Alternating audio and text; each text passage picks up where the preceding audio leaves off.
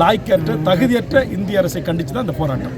ஏற்கனவே மீனவர் பல்வேறு இதை குறித்து ஏற்கனவே விவரமாக நான் பேசியிருக்கிறேன். ஒரு விரிவான 2 அறிக்கைகள் தந்திருக்கிறேன். குறிப்பாக அந்த மீன் எக்ஸ்போர்ட், அதாவது இந்த இந்தியாவிற்கு ஒரு மிகப்பெரிய பாதிப்பை ஏற்படுத்தியிருக்கிறது. இதை கொள்முதல் செய்து வருகின்றவர்கள் தான் இன்றைக்கி வியாபாரிகள் அதை வாங்கி சின்ன சின்ன நிறுவனங்கள் அதை பதப்படுத்தி வெளிநாடுகளுக்கு ஏற்றுமதி பண்ணுது. அது இன்றைக்கி பல கண்டெய்னரில் பல ஆயிரம் டன்கள் திருப்பி வரப்பட்டிருக்கிறது. அதனால் இந்த மீனை விற்கிற மீனவர்கள்கிட்ட உடனே அந்த கம்பெனிகள் ரொம்ப அடிமாட்டு விலைக்கு கேட்பாங்க. சில இடத்துல வாங்குவதற்கு வாய்ப்பு இல்லாமல் போகும். அது அழுகி நாரி திரும்ப கடலில் கொட்டக்கூடிய அவலம் வரும். அதனால் இதை உடனடியாக ஒரு முடிவுக்கு கொண்டு வர அமெரிக்க அரசோடு நம்முடைய ஒன்றிய நிதி அமைச்சகம், பிரதமர் அவர்கள் விரைவில் பேசி ஒரு சுமூக முடிவு எட்டப்பட வேண்டும். இது மட்டும் இல்லை, இன்றைக்கி திருப்பூர், கோயம்புத்தூர், நாமக்கல் போன்ற சென்னை போன்ற பல்வேறு கைத்தறி நெசவிலிருந்து பல இங்கிருந்து எக்ஸ்போர்ட் ஆகக்கூடிய அந்த தொழிலை தாயாக கொண்டு விளங்குகின்ற பல மக்கள் மிகப்பெரிய துன்பத்தில் துயரத்தில் ஆளாகியிருக்காங்க. இதற்கெல்லாம் நிரந்தர ஒரு தீர்வை உடனடியாக ஒன்றிய அரசு எடுக்கும். இந்த போராட்டத்தில்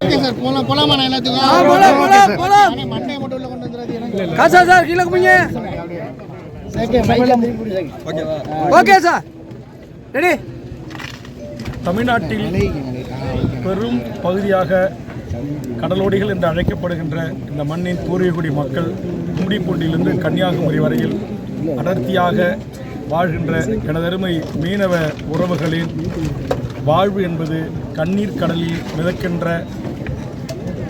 துடுப்பில்லாத படகு போல் தன் வாழ்நாளை கழித்து கொண்டிருக்கிறார்கள். இந்த மக்களுக்கான நிரந்தர தீர்வை ஏற்படுத்த வேண்டிய எல்லா வல்லமையும் பெற்ற அதிகாரம் படைத்த ஒன்றிய அரசு இதுவரையில் இந்த மக்களுக்கான நிரந்தர தீர்வை எட்டுவதற்கான எந்த ஒரு பூர்வாங்க பணிகளையும் சுதந்திர இந்தியாவின் இந்த 75 ஆண்டு கால வரலாற்றில் செய்து தரவில்லை. அடிப்படை தமிழக மீனவர்களை விரட்டி வந்து துரத்துவது, வலைகளை அறுப்பது, மீனவர்களை தாக்குவது, சிங்கள கடற்படை எப்படி அந்த ஐஸ் உடைக்கிற கம்பிகளை, ராடுகளை, கோடாரிகளை கொண்டு தாக்குவார்களோ அதே போன்று தாய்மொழி தமிழ் தெரியாத எமது தமிழர்களுடைய பதிலை புரிந்து கொள்ளாத இந்திய கடற்படையும் தாக்கி அழிக்கிறது. அது ஒரு காலத்திலும் அனுமதிக்க கூடாது. அதுபோன்று தமிழ்நாட்டு மீனவர்களுக்கு தமிழ்நாடு அரசு ஏற்கனவே 1900 லிட்டருக்கு மானியம் வழங்குகிறது. அது சுமார் ஒரு 4000 to 5000 லிட்டர் வரை மானியத்துடன் டீசல் வழங்க வேண்டும். அதுபோன்று அந்த மீன்பிடி தடக்காலங்களில் வழங்கப்படுகின்ற தொகையை 3 மடங்காக உயர்த்தி தரப்பட வேண்டும். விவசாயிகளுக்கு காப்பீட்டு திட்டங்கள் இருப்பது போல் எமது அருமை மீனவ உறவுகளுக்கும் பல்வேறு திட்டங்களை உருவாக்கி விவசாயிகள் தரையில் விவசாயம் செய்து பிழைக்கிறார்கள். மீனவர்கள் இங்கே கடலிலே விவசாயம் செய்வது போல்தான் அந்த தடைக்காலங்களே மீனை விவசாயம் செய்து பிறகு உயிரை பணைய வைத்து அதை பிடித்து நியாயமான முறையில் விற்று தங்கள் சுயமரியாதையோடு தன்மானத்தோடு வாழ்கிறார்கள். ஆக அவருடைய வாழ்க்கைக்கு உத்தரவாதம் தர வேண்டிய பொறுப்பை மாநில அரசும் ஒன்றிய அரசும் கூட்டாக சேர்ந்து நடத்த வேண்டும். அதற்கு என்ன தீர்வு என்று சொன்னார்.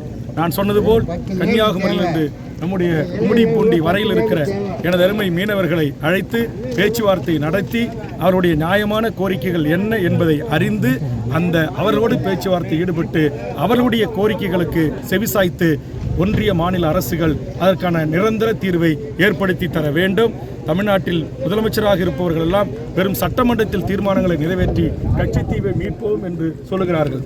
கச்சத்தீவை மீட்பது இரண்டாவதாக இருக்கட்டும். கச்சத்தீவில் இந்திரா காந்தி அவர்கள் இருக்கின்ற போது இருந்த எமது தமிழ்நாட்டு மீனவர்களுக்கான மீன்பிடி உரிமை, வலைகளை உயர்த்திக் கொள்கின்ற உரிமை, அங்கு சென்று ஓய்வெடுக்கிற உரிமை போன்ற இந்த அடிப்படை உரிமைகளை நம்முடைய இந்திய அரசு தமிழக மீனவர்களுக்கு பெற்றுத்தர வேண்டும். இன்றைக்கு அனுராக் என்கிற இலங்கை அதிபர் கச்சத்தீவில் இறங்கி இதை ஒரு காலத்திலும் யாருக்கும் நாங்கள் அனுமதிக்க மாட்டோம், யாருக்கும் இதை திரும்பி தர மாட்டோம் என்று இருமாப்போடு கொக்கரித்து பேசுகிறார். ஆனால் இந்திய அரசிடமிருந்து எமது மீனவர்களுக்கு ஆதரவாக ஒரு கண்டனம் கூட இல்லை. இதையெல்லாம் எண்ணுகின்ற போது மீனவர்கள் இந்திய நாட்டின் குடிகள் அல்லவா, இந்த தேசத்தின் புதல்வர்கள் அல்லவா, இவர்களை காப்பாற்ற ஏன் மறுக்கிறீர்கள்? தனி அமைச்சகம் உருவாக்கும் என்று தேர்தல் வாக்குறுதியில் தந்த ஒன்றிய நரேந்திர மோடி அரசு தனி மீனவர் அமைச்சகம் உருவாக்கி இருக்கிறதா? மோடி பொறுப்பேற்ற பிறகு இந்திய மீனவர்கள் கொல்லைப்படவில்லையா? நம்முடைய படகுகள் பறிமுதல் செய்யப்படவில்லையா?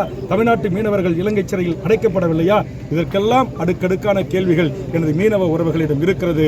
அதற்கான விடையை ஒன்றிய மாநில அரசுகள் தேடி கண்டுபிடித்து நிரந்தர தீர்வுகளை ஏற்படுத்தி தர வேண்டும் என்ற நோக்கத்திற்காகத்தான் இந்த கவன ஈர்ப்பு போராட்டத்தை தமிழக வாழ்வுரிமை கட்சி இன்றைய தினம் முன்னெடுத்திருக்கிறது. 2 நாடுகளுக்குமான சுதந்திரம் கிடைத்தது. ஆனால் எமது மீனவ உறவுகளுக்கு இன்னும் சுதந்திரம் கிடைக்கப்பெறவில்லை. இந்திய கடல் எல்லையில் சுதந்திரமாக அவர்கள் மீன்பிடிப்பதற்கும் உரிமை கிடையாது. இந்திய அரசுக்கு சொந்தமாக ஒப்பந்தத்தினால் தாரை வார்க்கப்பட்ட கச்சத்தீவில் அவர்கள் வலைகளை உலர்த்திக் கொள்வதற்கும் ஓய்வெடுப்பதற்கும் மீன் பிடிப்பதற்கும் 1974 அன்னை இந்திரா காந்தி பண்டாரநாயக்கா இருவரும் போட்ட ஒப்பந்தத்தை கூட நடைமுறைப்படுத்துவதற்கு அதிகாரமற்ற, லாய்க்கற்ற, துணிச்சலற்ற ஒரு அரசாக ஒன்றிய நரேந்திர மோடி அரசு இருக்கிறது. அதனால்தான் தமிழக வாழ்வுரிமை கட்சி ஒரு கவன ஈர்ப்பு போராட்டமாக இந்த நம்முடைய கோட்டை பட்டணத்தில் தமிழக வாழ்வுரிமை கட்சி இந்த போராட்டத்தை இங்கு மீனவ மக்களோடு தமிழக வாழ்வுரிமை கட்சி நிர்வாகிகளோடு நடத்தியிருக்கிறோம். எங்கள் போராட்டத்துடைய பிரதான நோக்கம் இங்கு நாட்டுப்படகு, விசைப்படகு போன்ற படகுகளை வைத்து மீன் பிடிக்கின்ற எனது தமிழ்நாட்டு இந்திய மீனவர்களுக்கு எமது இந்திய எல்லைகளில் உரிய பாதுகாப்பை வழங்க வேண்டும். காற்றின் திசை காரணமாக அண்டை நாடு என்று சொல்லக்கூடிய அல்லது நட்பு நாடு என்று சொல்லக்கூடிய இலங்கை எல்லையை நோக்கி பயணிக்கின்ற போது படகுகளை சமீப காலமாக சிங்கள அரசு பறிமுதல் செய்து தனதாக்கி கொண்டு ஏலம் விடுகிறது. அது உடனடியாக இந்தியா இலங்கை ஒப்பந்தத்தினூடாக தடுக்கப்பட வேண்டும். அதுபோன்று மீனவர்களை கைது செய்து சிறையில் அடக்கக்கூடாது. பாகிஸ்தான், சைனா, வங்காளதேஷ் போன்ற அண்டை நாடுகளோடு இருப்பது போல் ஒரு பாதிப்பில்லாத ஒரு பூர்வாங்க ஒப்பந்தத்தை உடனடியாக ஒன்றிய அரசு ஏற்படுத்தி தர வேண்டும். ஒன்றினவர் மக்களிடம் ஒரு மிகப்பெரிய விழிப்புணர்வை ஏற்படுத்தும். இங்கே கூட பார்த்தீங்கன்னா ஒரு பகுதி மீனவர்கள் இந்த போராட்டத்தில் பங்கெடுக்கிறாங்க. இங்கே போனால் நம்மளை கைது செஞ்சுருவாங்களோ, நாளைக்கு நம்மளை மீன் பிடிக்க அனுமதிக்க மாட்டாங்களோ என்ற பயத்தின் காரணமாக அங்கங்கே ஷெட்டில் கும்பலாக கூடிங்கன்னு வேடிக்கை பார்க்குறாங்க.